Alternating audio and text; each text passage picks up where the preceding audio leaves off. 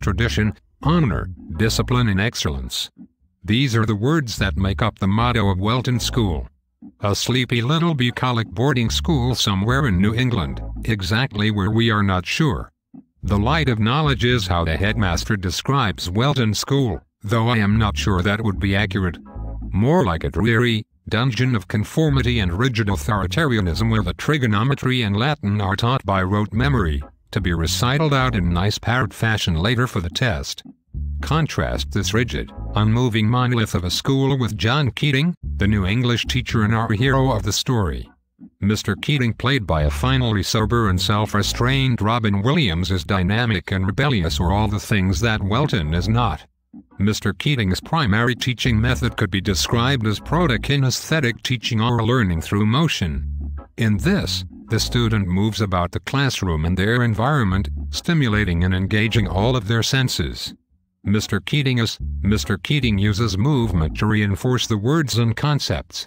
When he wants the students to think about looking at things from a different perspective, he has them stand on his desk to see the world from a different perspective. Very smart indeed. Mr. Keating uses other methods to reinforce the subject material. One particular method that I enjoyed watching was Mr. Keating keeping his students off balance and unsure of what to expect next, then boom, or just quiet. Either way, the student is now fully engaged by what he's saying and the point he is trying to get across. I think if I had to describe Mr. Keating's teaching philosophy, I would have to compare it to Cornel West and his idea of prophetic thought in its form. We can see many moments of West's prophetic thought in action in the movie portrayal of Mr. Keating's teaching philosophy. In an initial teaching scene, Mr. Keating has the students look at pictures of old, long-dead students from Welton. Here, we get the component of discernment. Discernment is the students have to understand something about what these long-dead students in the pictures did or did not do so that they can better understand their own life.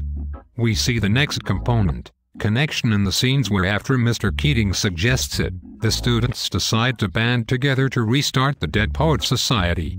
This creates the empathy necessary for the students and teacher to connect to one another.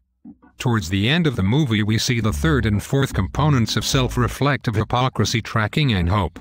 The students have to turn on Mr. Keating and his teaching methods, but after reflecting on this hypocrisy they realize they still have hope, as does Mr. Keating when he walks out in the end.